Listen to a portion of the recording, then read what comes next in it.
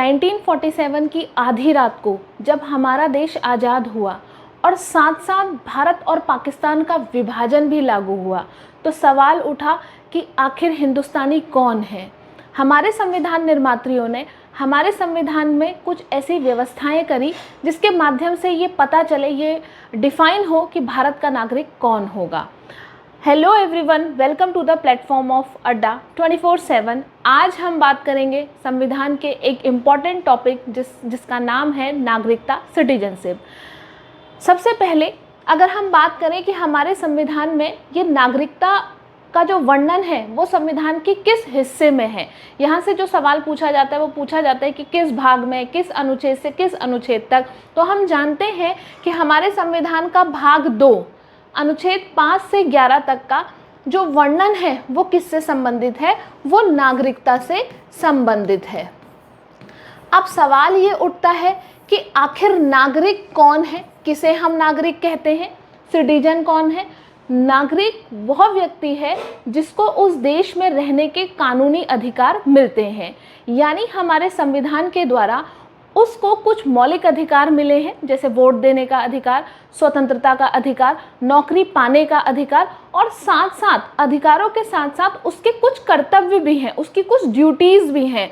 जैसे हमने कहा देश का सम्मान करने का कर्तव्य, टैक्स पे करने का कर्तव्य, ये सब क्या है? कर्तव्य हैं। तो नागरिक जिसको संविधान ने कुछ अधिकार भी दिए हैं और कर्तव्य भी दिए हैं, यानी कि उसके पास कुछ क्या है? कानूनी अधिकार हैं, उस व्यक्ति को हम क्या कहते हैं? नागरिक कहते हैं।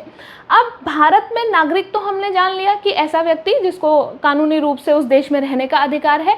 अब हम भारत की नागरिकता के टाइप को अगर समझें कि भारत में नागरिकता की व्यवस्था किस प्रकार की है, यानी कि भारत में किस प्रकार की नागरिकता है, तो हमने 2 प्रकार की नागरिकता पढ़ी है। हम 2 प्रकार की नागरिकता के बारे में जानते हैं। एक होती है एकल नागरिकता, जिसको हम सिंगल सिटीजनशिप कहते हैं, और एक होती है दोहरी नागरिकता, जिसको हम ड्यूअल सिटीजनशिप कहते हैं।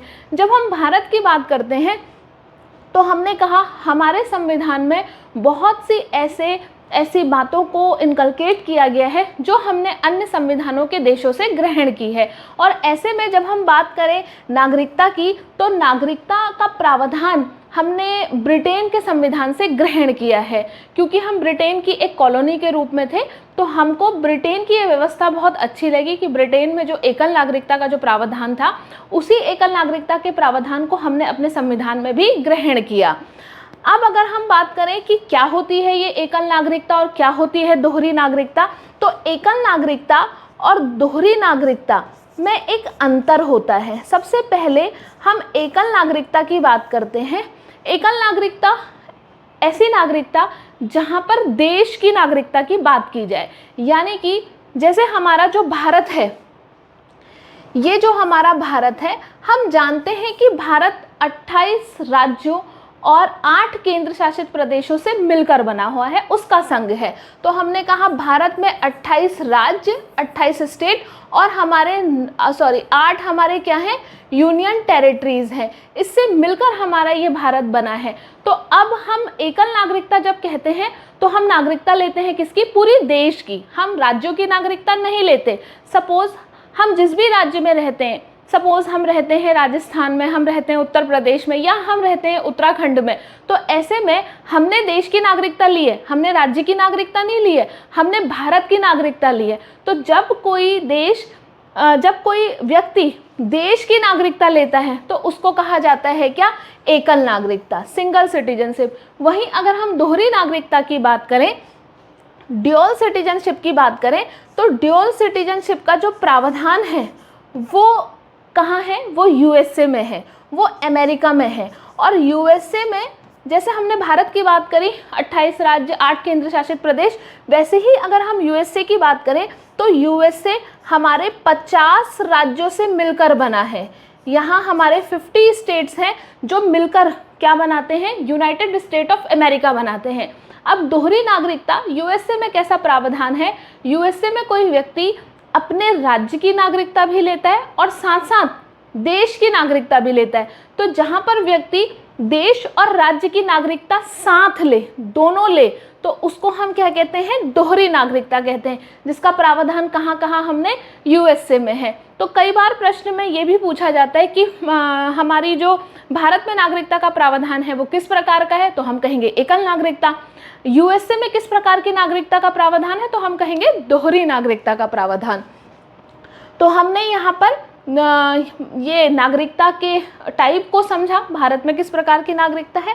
अब अगर हम बात करें कि हमारा जो नागरिकता का जो वर्णन है वो संविधान के किस अनुच्छेद में है, क्योंकि हमारे देश की व्यवस्थाएं संविधान के तहत चलाई जाती हैं, तो हमारे संविधान में वो देश को चलाने वाली वो सभी व्यवस्थाओं का वर्णन है, किसके माध्यम से, अनुच्छेदों के माध्यम से।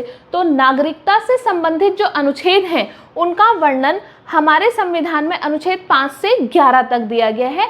और साथ साथ ये भी कहा गया है कि नागरिकता को लेकर जब भी कानून बनाया जाएगा उसको बनाने का अधिकार केवल और केवल किसको होगा, संसद को होगा, भारत की पार्लियामेंट को होगा।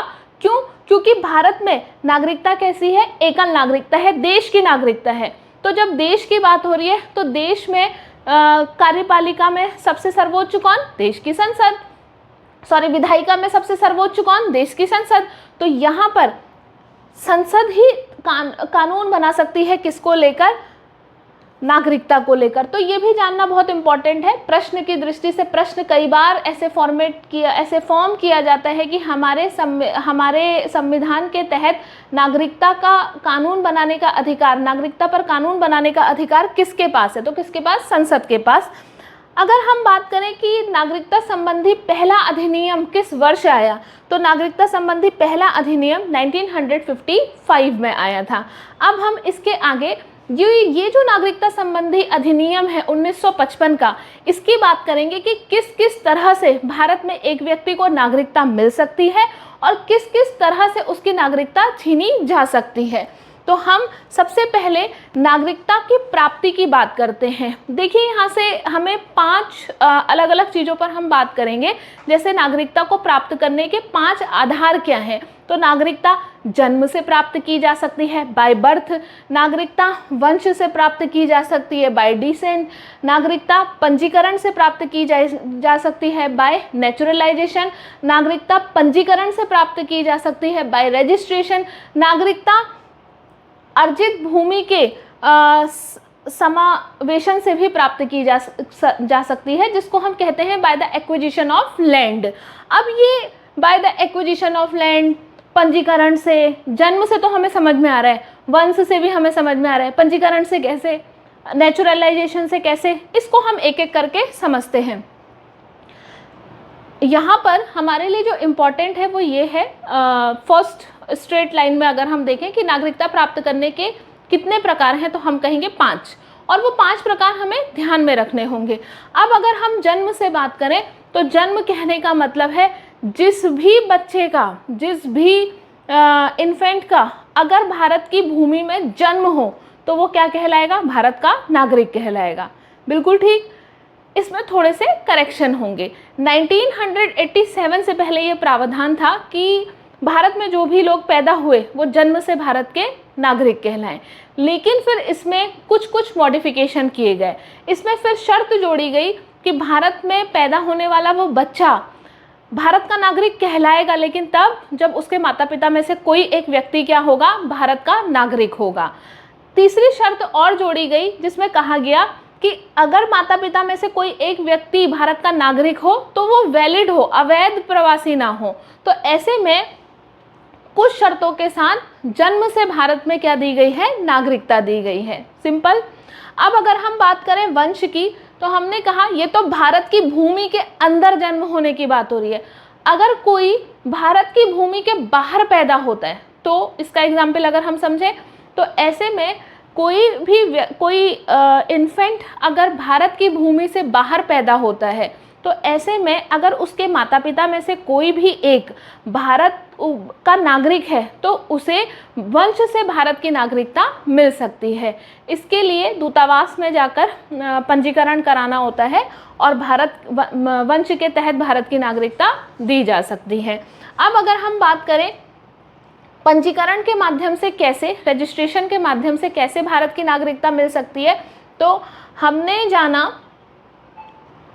कि पंजीकरण में जैसे कोई भारत के बाहर का कोई व्यक्ति है या कोई ऐसा व्यक्ति है जिसने भारत की नागरिकता छोड़ दिया, वो फिर से भारत की नागरिकता लेना चाहे, तो ऐसे में पंजीकरण बाय द रजिस्ट्रेशन से वो भारत की नागरिकता ग्रहण कर सकता है।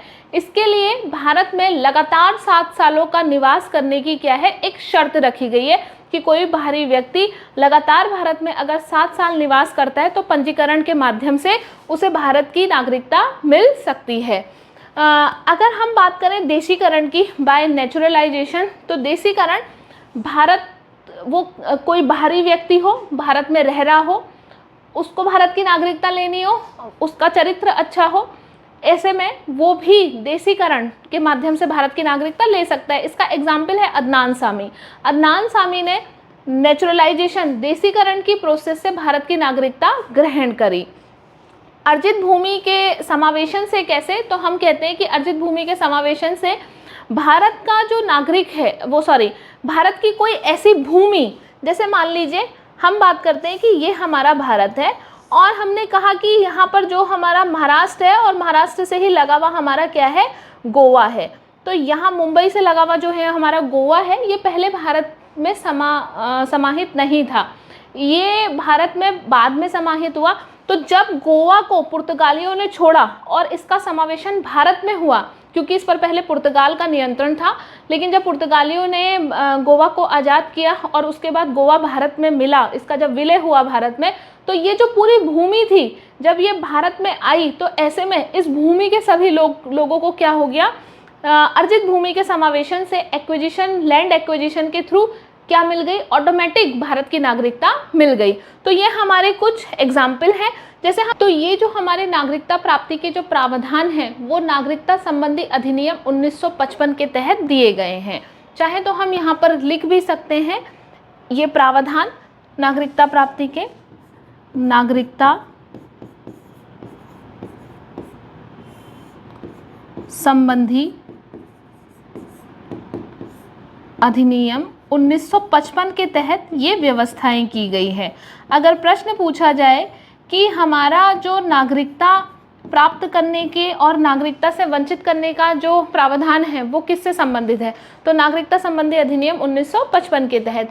अब अगर हम बात करें कि नागरिकता का लोप कैसा होता है, सिटीजनशिप को टर्मिनेट कैसे किया जा सकता है, किस बेसिस पे किया जा सकता है, तो जैसे प्राप्ति के 5 आधार हैं, ठीक उसी प्रकार से टर्मिनेशन के 3 आधार हैं। स्वेच्छा से, बर्खास्तगी से और सरकार द्वारा वंचित किए जाने पर।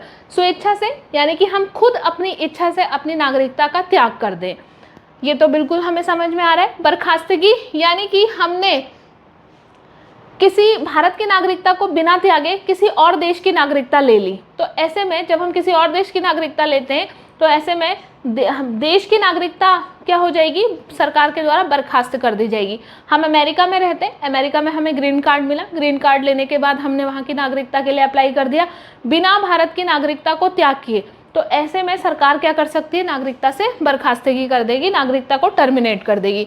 सरकार द्वारा वंचित किए जाने पर यानी कि सरकार ने नागरिकता को छीन लिया, कैसे, अगर हम कोई ऐसा काम करते हैं जो कि देशद्रोह जैसा हो, यानी कि हम कोई भ्रष्टाचार करते हैं, कोई आतंकवादी गतिविधियों में संलिप्त पाए जाते हैं, तो ऐसे में सरकार हमारी नागरिकता को छीन सकती है। तो ये कुछ 3 आधार हैं, हमारे लिए इतना ज़रूरी है कि वो आधार कौन कौन से हैं वो हमें ध्यान में रखने होंगे। तो अब हम बात करेंगे नागरिकता संबंधी प्रमुख अनुच्छेदों की।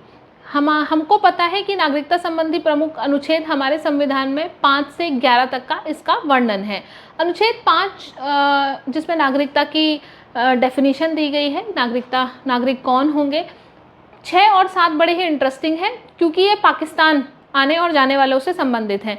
तो यहाँ पर अगर हम अनुच्छेद 6 की बात करें तो ये अनुच्छेद 6 का प्रावधान है वो लोग जो हमारे पाकिस्तान से विभाजन के समय पर पाकिस्तान से कहाँ आए हैं, भारत आए हैं। तो ऐसे में पाकिस्तान से भारत आए लोगों के लिए एक शर्त थी। शर्त क्या थी, इनके लिए शर्त रखी गई, एक डेट रखी गई 19 जुलाई 1948 से पहले जो लोग पाकिस्तान से भारत आ गए, जो लोग पाकिस्तान से भारत आ गए, इंडिया आ गए, उनको तो नागरिकता क्या मिल जाएगी, आसानी से मिल जाएगी। लेकिन जो भी व्यक्ति इस डेट के बाद अगर भारत आता है तो उसके लिए एक शर्त जोड़ी गई कि उसे 6 माह लगातार पहले भारत में रहना पड़ेगा और फिर उसे रजिस्ट्रेशन के माध्यम से भारत की नागरिकता प्राप्त हो जाएगी। तो ये शर्त के साथ इस तरीके का प्रावधान रखा गया। कहानी किसकी थी, पाकिस्तान से भारत आने वालों की। अब हम बात करते हैं ऐसे व्यक्ति की जब विभाजन के समय में जो भारत से कहाँ चले गए, पाकिस्तान चले गए, लेकिन फिर पाकिस्तान जाके उन्हें लगा कि नहीं हमको भारत ही जाना है। उनके लिए क्या शर्त थी, तो आर्टिकल 7 वालों के लिए शर्त रखी गई 1 मार्च 1947 से पहले जो लोग आ गए वो तो ठीक है, जो लोग इसके बाद आए उनके लिए भी क्या शर्त रखी गई, 6 माह की शर्त रखी गई कि उन्हें 6 माह पहले भारत में रहना पड़ेगा और फिर उसके बाद उन्हें क्या मिलेगी, नागरिकता मिलेगी। तो अगर प्रश्न पूछा जाए पाकिस्तान जाकर वापस आने वाले अनुच्छेद 7 और पाकिस्तान से भारत आने वाले नागरिकों की नागरिकता का प्रावधान किस में है, तो हम कहेंगे अनुच्छेद 6 में। अनुच्छेद 10 की अगर हम बात करें तो अनुच्छेद 10 कहता है नागरिकता विधि के अनुरूप होगी, यानी कि नागरिकता कानून के अनुसार होगी। तो कानून के अनुसार ही नागरिकता भारत में हो सकती है, क्योंकि संसद को ही अधिकार है नागरिकता पर कानून बनाने का। तो आर्टिकल 10 हमारे लिए ये बताता है कि विधि के अनुरूप, लॉ के अनुसार होगी। अनुच्छेद 11 की अगर हम बात करें तो नागरिकता पर कानून बनाने का अधिकार केवल संसद को है। ये हमने पहले भी पढ़ लिया है कि संसद ही भारत पर नागरिकता को लेकर कानून बना सकती है।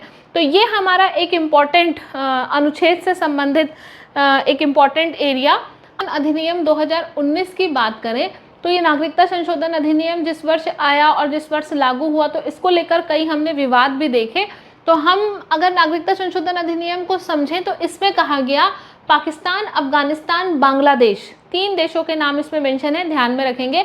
पाकिस्तान, बांग्लादेश, अफगानिस्तान के हिंदू, सिख, ईसाई, बौद्ध, जैन, पारसी धर्म के अवैध प्रवासी को नागरिकता का प्रावधान है।